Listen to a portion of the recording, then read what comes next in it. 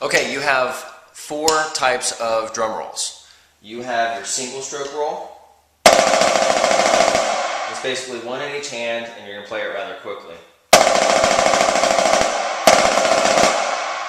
And this is something you would use on instruments that ring a lot, but you would play this type of roll faster or slower depending on how much it would ring or sustain a lot. So the more the instrument sustains, the slower your single stroke roll.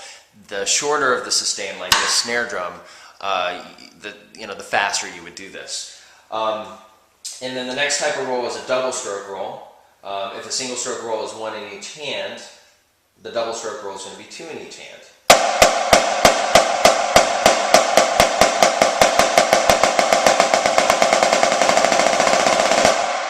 This is definitely something that you would use more for like marching band applications, marching percussion, which is also true for the triple stroke roll. The triple stroke roll would be three on each hand.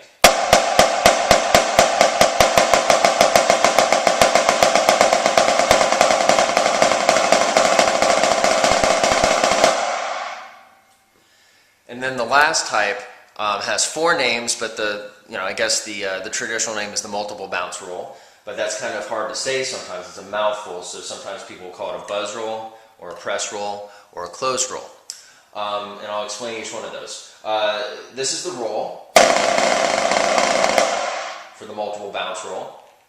And this is definitely something you would use on like a tighter sounding instrument, like the snare drum works, or some tom-toms or whatever. If it's a high-pitched tom-tom anyway. So it gets the buzz roll name because it sounds like a buzz when you play it, a buzzing sound. Press roll works too, because to achieve this kind of roll, you're going to press into the drum. Here's how I recommend doing it. You need to make sure you have a good grip here, between your thumb and your first finger, but be rather loose with the back fingers.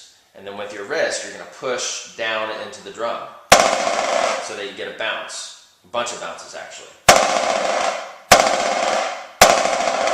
The tighter your hand, the tighter the buzz. The looser your hand is, the more open it sounds, because there's spaces between the notes.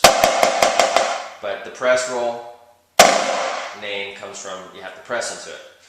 The closed roll name, which is a very good term to use for this roll, is suggesting that you don't have any gaps or spaces, so it's closed. Okay? So you have your single stroke roll, double stroke roll, triple stroke roll, and you got your multiple bounce roll. Those are the four types of rolls.